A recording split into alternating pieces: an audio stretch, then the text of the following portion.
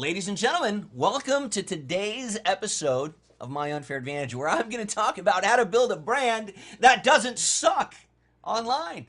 Can you tell the passion in my voice? That's because so many people do this wrong.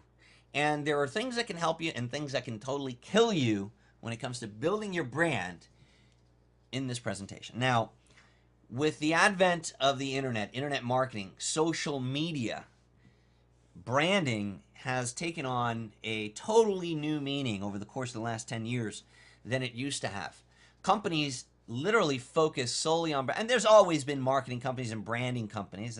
I'm not inventing that, but lately, these branding companies are really social marketing companies. They've really become all about creating and preserving a brand online, because in all reality, people don't market anymore the way that they used to in the days of the yellow pages and billboard ads and print media. It's not the same. Social media literally becomes your brand, and everyone sees the brand that you're portraying online.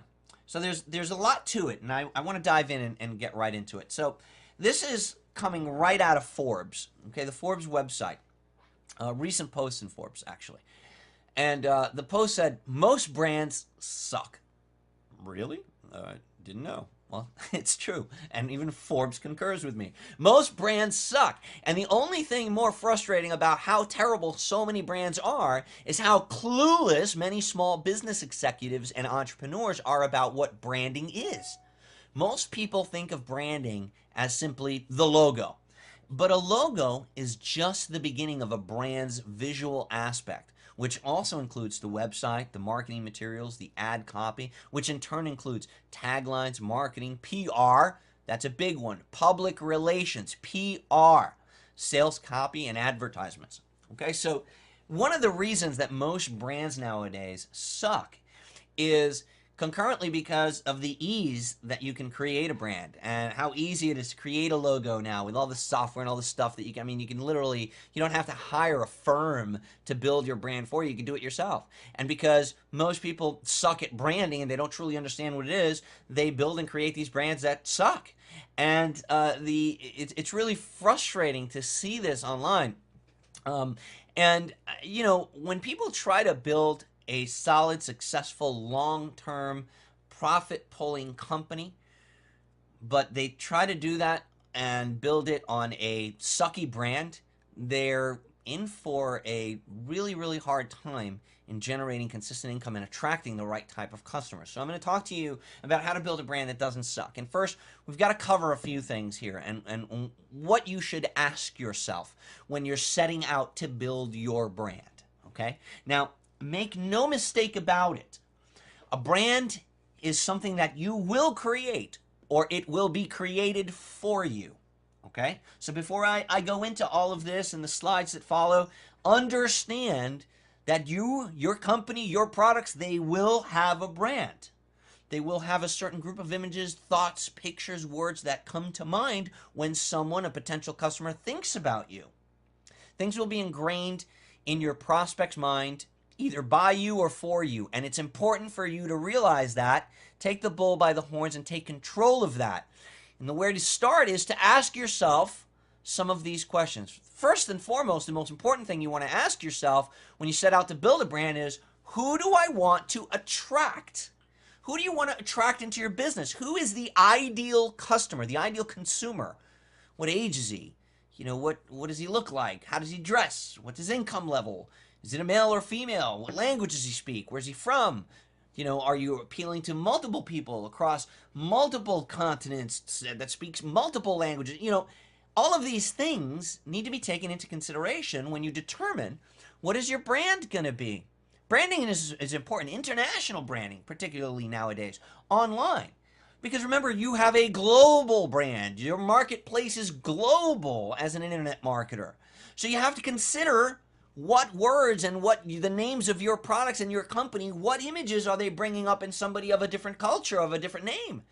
Let me tell you something. The same words in different culture mean completely different things, okay? In Spanish, for example, two cultures, the Puerto Rican culture and the Cuban culture. This is one that hits home because my wife is Puerto Rican, I'm Cuban. There are certain Spanish words, one in particular I can think of, that means something completely different to Puerto Ricans as opposed to Cubans. And that word is bicho. Okay? To Cubans, it means a bug. To Puerto Ricans, it means a penis. So be careful if you're at a Puerto Rican dinner and you say, hey, look out, there's a bicho over there. Okay? So this is the point that I'm making. What if the name of your company was Bicho Inc., right? What kind of image are you portraying? Who do you want to attract? What type of thing are you painting? What type of picture are you painting in people's minds when you're putting out the name of your company, your logo, all of these things? You got to consider who is your ideal prospect and what will appeal to him or to her. You know, talking about the whole international multicultural language thing, did you know that Chevrolet, they found this out the hard way when they tried to release the Chevy Nova in Latin America.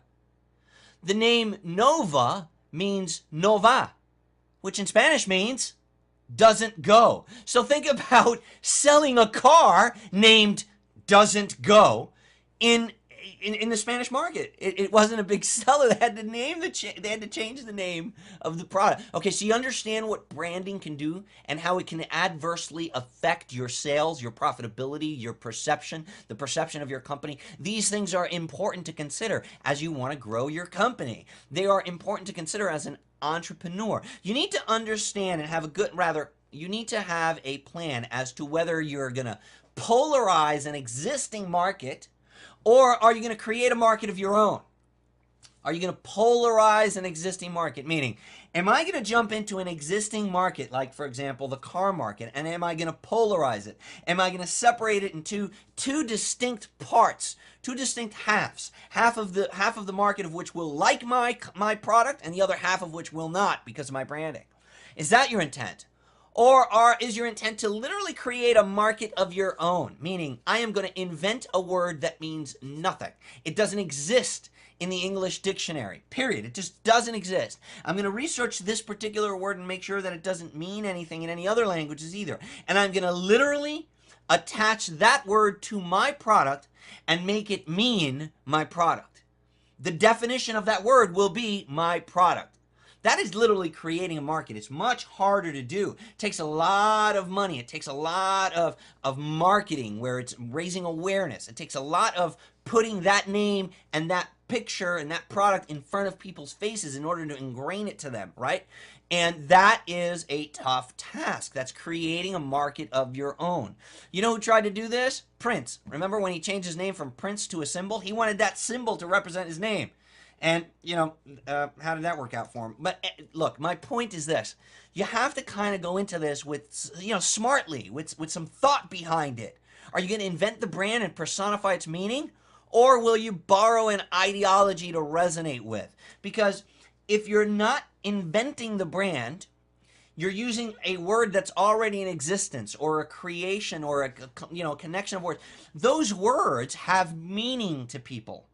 If you are going to name your business and use an existing word, the definition of that existing word will personify your company. It will be one of the definitions of your company's name forever because you chose a word that was predefined. Does this make sense? Does this make sense? For example, maybe you want to name your product Scam. Is it a good idea to name your product Scam? S-C-A-M. Maybe that's an acronym. Maybe it stands for something completely legit. Does it make sense to name your product Scam? Of course it doesn't. Only an idiot would name their product Scam.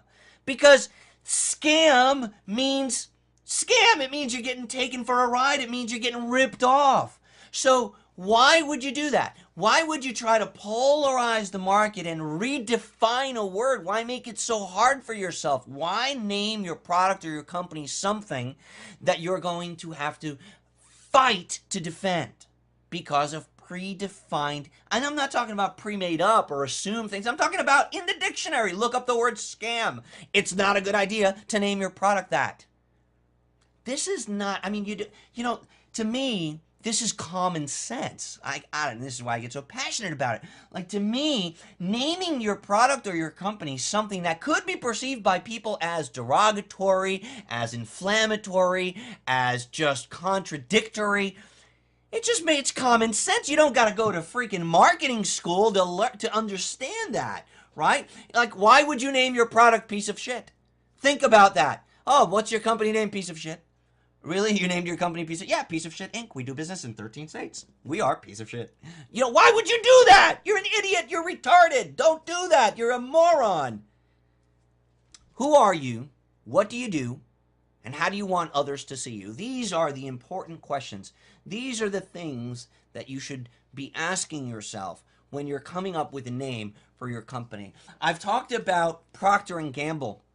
And I talked about lexicon branding in a video and a training that I did a while ago in the My Unfair Advantage archives. And Lexicon is a branding company that charges millions of dollars to Fortune 500 companies. And they put together focus groups and teams of people and just psychiatrists and scientists and all kinds of just, you know, just smarter people than me. And they assemble these groups in all different parts of the world, the country, and they literally invent words based on how they phonetically, okay, let me try that again, phonetically invent words that represent your product. And then they put those words to the test with a certain color scheme, and they put focus groups from different, you know, different genders, different nationalities, different cultures. They put them in different rooms and all over the world and the planet, and then they present them with flashcards, and they show them the colors of the brand, they show them the different words, and they ask them, how do you feel? They hook them up to little sensors, and they do all that. Like, that's the how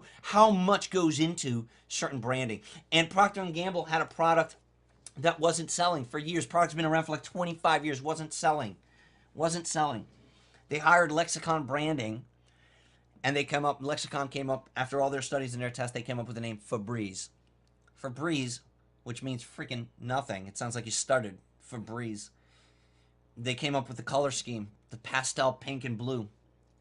Now it's Procter & Gamble's #1 selling brand, right? So do you understand the importance of branding and what it can do for your business? You need to ask yourself these questions. From Reputation.com, in business terms, a brand comprises all of the things that make up a company's identity to customers. It's not just a name. It's not just a logo. From the logo to the names of its products, everything is a brand. Because a strong brand is so important to a company's reputation and success, executives take great pains to protect their brand from trademark infringement, negative publicity, and other common problems. This is from Reputation.com. So let's talk a little bit more about building a brand that doesn't suck and some things that you should be doing. Build your online brand by defining yourself. Okay? Generally speaking, when you build a company, you're building a culture. You generally have a set of morals and ethics by which you do business, right? Your upbringing, your beliefs, your morals, your ethics, everything that comprises you and who you are tends to rub off into the work that you do. So when a group of people get together to collaborate on a project, they form what's called a culture. Every one of them bringing their own, beliefs and defining moments of their lives, everything brought together, and they create what's called a culture. And this culture generally represents the company. And you can tell the different cultures of different companies when you walk into their lobbies. There's some companies have a fun, energetic culture. Some companies have a very, professional and, button up to the last button and put on a tie kind of culture. And you walk into their lobby and they're playing Mozart and the granite floor, and everybody's got to wear a suit and the women are in high heels. And you go to another company and they're sitting on bouncy balls and they're wearing jeans, and every day is casual Friday and they're having fun. And, they got nap rooms, which have been proven to work, by the way. This is called the company culture. And you have to build your online brand by first defining yourself, and you have to have a good understanding of, okay, well, this is the kind of things that I believe in. This is what I want to personify with my company and my brand. And most companies do this by, you guessed it, they create a mission statement. they create a purpose. So my question is this: do you have a mission statement for your company yet? Have you created a mission? What do you stand for? What is your definition? What is the definition of your company? Have you put it together into a mission statement? I've got a mission statement. Do you? It doesn't matter how big your company is or how small. You should have a mission statement, because that mission statement will lead to your culture. Be proactive when using social media tools. Be proactive. Be on top of things. Social media nowadays becomes your brand. It becomes your brand.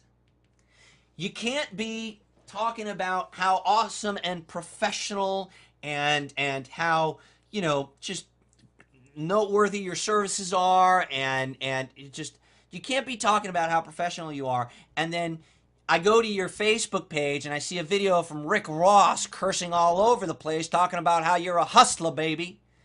That doesn't personify professional. You're creating a pattern interrupt in the message that you're trying to deliver to your potential clients. You're literally isolating, you're polarizing your potential audience. You're stupid. That's not the way that you build a brand that's going to create longevity in business for you. I'm not saying you might not land a couple of hustler clients, but come on. Are you running a company here? Are you running a marketing business? Are you an entrepreneur? Or are you running a rap label? Are you a gangster, yo? Well, come on.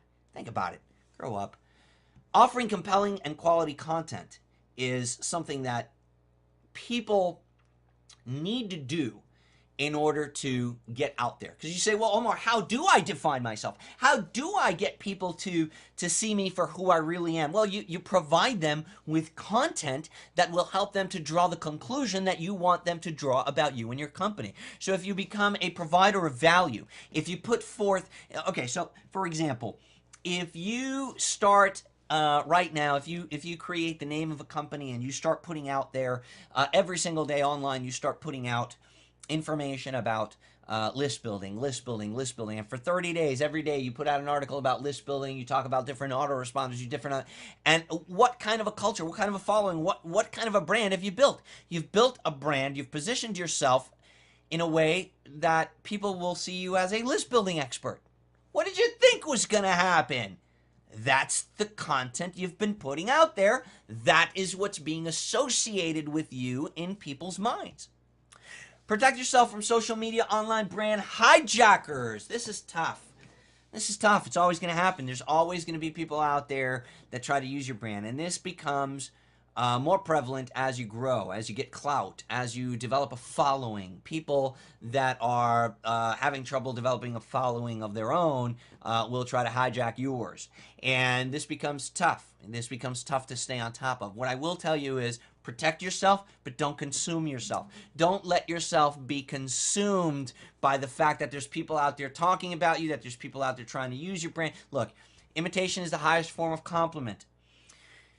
There is a fine line between imitation and defamation. There's a fine line between it, and that's the line that you need to make sure that people aren't crossing. Live and breathe as you build your online business. It's going to take a while. Okay, building your online brand, rather. It's going to take a while to build your brand. Building a brand does not happen overnight. It happens through repetition. It happens through continuously doing the things I've been talking about on this slide. It doesn't just, you don't just do this once. You don't just create one logo, put one post on Facebook or on Twitter, and all of a sudden, oh, okay, yeah, well, that guy, yeah, he's an expert in that because he posted on YouTube. Yep, that's it. No, it's something that you literally has to become part of you. You need to live and breathe it. Okay. So next, let's go over a few more important things here. Building a brand that doesn't suck requires some things, and I'm gonna talk about some specific things. I think we have 5 of them here that I'm gonna cover. Create the right tagline. Here's what you should do when creating a tagline, a logo. When you're doing this, you should spend a full day thinking about how you want to be perceived in the public eye. What's the emotional reaction that you want your audience to have when engaging the brand, and what do you want them to remember? Develop your tagline based on this discussion that you might have with, whoever, someone in your business, a friend. You should really spend a day thinking about this and come up with a couple of ideas, and then come back another day and look at it and really think about what feeling, what ideas, what visual images will the name and tagline of your business and logo, what will it elicit in people? And more importantly, in your particular segment of the marketplace that you're trying to tap into. Not all businesses or companies would want to tap into every industry and socioeconomic rank. For example, if you're trying to reach 21-year-old college dropouts that work for a living and make, $11 an hour, there might be a particular brand and tagline and place that you want to advertise. That would be totally different than if you want to reach a, 60-year-old golf playing retired millionaire, right? Totally different demographic. So when we say create the right tagline, it's the right tagline for your audience, which kind of brings us to the next bullet here, and that is stand out from the crowd. Think about who your audience is. Look, you hear me talk about how I would never do business with a company that calls himself Hustler Marketing, or hey, we hustle, we hustle. But no, I wouldn't work with you because that's just not for me. That for me personifies immaturity. It personifies a con man. It personifies a drug dealer. I'm not a rap label. That's not what I do. I'm not going to do business with somebody that's going to hustle, That's not for me. So that doesn't mean that someone else wouldn't. That doesn't mean that the 21-year-old kid that's looking to start a business online wouldn't work with you or hire you and want you to hustle for them. It's your specific segment of the population. What are your top competitors doing in terms of their site look, and how are they expressing themselves? Look for similarities in what you want to do and what your competitors are doing, and then look and try to find places in their marketing that you can innovate and differentiate. Don't ever look to copy and plagiarize. That just makes you a tool. Okay. Develop the company culture. This starts with you. It starts with one person. A lot of people might look at this and say, yeah, well, Omar, I understand what you're talking about, but you know what, man, dude, it's me. I'm one guy with a laptop trying to build a business making a couple extra bucks. You know what? No, you're a company. You need to start thinking of yourself as a company if you want to start to get paid like a CEO. If not, you're going to get paid like some dude that just sells stuff once in a while on eBay. And I'm pretty sure you're not watching this right now because that's the guy you want to be. I'm pretty sure you're watching this right now because you aspire to be the person that has an ongoing business that makes you money so that you can support your family and so that you can build something of value. Do all your hiring and all your, onboarding rather, if that's even a word. Onboarding meaning, you're outsourcing, anything that you... anytime you're going to bring somebody aboard to represent you in one way or another, whether they're representing you by creating a logo, or they're representing you by talking to clients for you, or they're representing you by creating a video for you, whoever you're bring aboard the right people. Bring aboard people that you've done some research on. Bring aboard people that you resonate with. Don't bring on people who could destroy your client relationships that you spent months or even years to cultivate. Don't bring on people that contradict your mission. Don't bring on people that don't have the same ethics, morals, and values as you do. Because now you're just creating a rift in the message that you're putting out and portraying. And that brings us to the next bullet here. Be consistent. You don't want a rift in the image that you're putting out. Everything you put out there should be congruent. The copy, the design, the language your team uses. It's a must. It's always got to be based on the brand. And if possible, you shouldn't use multiple designers, multiple copywriters. Find people that capture the essence and the brand of your company, what you personify, and use that consistently. Get the right people on the bus.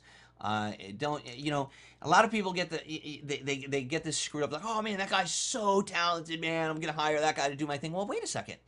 That guy does branding for pornography magazines. He might be a great graphic artist and have awesome design ideas, but that's a totally different... Is that really the culture that you want to bring to your company? Is that really the artist that you want working on your stuff? And this is the kind of thing that you need to think about. Now, maybe if you're running a rap label, that is the guy that you want to... I don't know. I'm not saying that it's wrong or it's right. I'm saying it's prudent of you to consider this as a business owner. There's no right versus wrong in company branding, okay? But there's a lot of different types of companies. There's broke companies. There's companies that are just getting by. There's profitable companies. There's successful long-term companies. And there's, of course, wannabe companies. Which one of these are you? Right? And a lot of times, branding is something that people use in order to portray an image that they're not. It is the online and social media fake it till you make it of the 2000s, right? Back in the 80s and 90s, that was a common phrase coined by MLM companies, at least, to the best of my knowledge, where they would say, yeah, fake it till you make it, dude. Dress the part. Say it as if it is and it will be. Whatever. Insert the, Amway slogan there, whatever. So my point is that nowadays online, you can go and hire a graphic artist for, 20, 30 bucks to create this beautiful, slogan and image, and logo that says, my company name here, where millionaires get their work done. And all of a sudden, you've branded yourself as a company that has millionaire clients. When in actuality, you're some dude in his boxer shorts, scratching his balls, working from home on a broken PC from 1995. Right? That's you.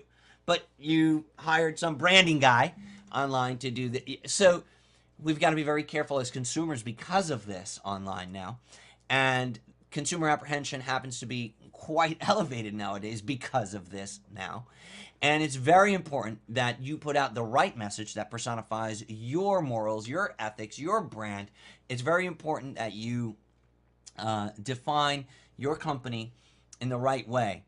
Because, trust me, you don't want to attract the wrong types of people because of the wrong message. Because you're building the wrong kind of company. And all of that will come crashing down. How big of a segment of the socioeconomic scale do you want to appeal to? I don't care how pretentious you are. You need to acknowledge this fact, okay? And it doesn't mean that I am prejudiced, but it does in fact mean that I profile, because we all do. And as much as you don't want to admit it, we all judge. We all judge. It's human nature. It's part of survival. We judge whether or not people, places, and things are good for our well-being, and thereby make a decision of whether or not we want to associate with those people, places, of things. These are survival instincts from the caveman days. So get off your high horse and come down to reality and face the world that we live in. And that reality is that there are all different types of people in the world that come from all different backgrounds, that come from all different races, creeds, colors, and that have all different types of opinions on politics, and that make all different types of income. And we're all different. We are all unique. Equality is only a beautiful idea. It is not a fact. It is not reality. We are all different. We are all unique. And in business, if you want to appeal to a wide segment of people, you need to understand that you are marketing to a whole bunch of different people from different cultures, with different backgrounds, with different beliefs. And if your goal is to build a big company that's going to last the test of time, that's going to have longevity, that's going to make you consistent money long term, your goal should be to appeal to the most amount of people on the socioeconomic scale as possible. If you're still wondering what is a socioeconomic scale, well, picture a scale of people ranging from doctors on the high end to ditch diggers on the low end. Right? People with a lower education, lower income. I'm not saying that anyone's better than the next guy or anything like that. You put in whatever judgments you feel necessary for you to live happily ever after here. But the reality is that this scale exists, and there are these differences in people. And the things that appeal, and the companies, brands, products, and things that a ditch digger will buy and can afford and will, be interested in are not the same as the things that the physician, the lawyer, the politician will on the other end of the social economic scale. The scale exists. No matter how many Upworthy website videos you watch, the scale exists, and it is an unequal scale, and it is the reality. It is the world that we live in. And if you're going to do business in this world and make money and be profitable in this world, you need to understand that, and you need to market and build your brand accordingly. So how big of a segment of the scale do you want to appeal to? And more importantly, here's this question. Here's a question that even the smart people that ask themselves the top question, here's a question that most people elude. How big of a segment of the socioeconomic scale do you want to push away with your marketing? So ask yourself this. If the name of your company is Hustler Marketing Inc., Where on that scale are you appealing to people? Where on that scale? From doctors to ditch diggers. Are you more on the upper end of that scale? Are you more on the lower end of that scale? And who, for you, would be the ideal client on that scale? Are you appealing to the ideal client? Or do you just have a cool name with some bling bling? That's me. That's today's episode. Thank you for attending. Be the catalyst in your marketplace. And I look forward to seeing you in the next video. Take care.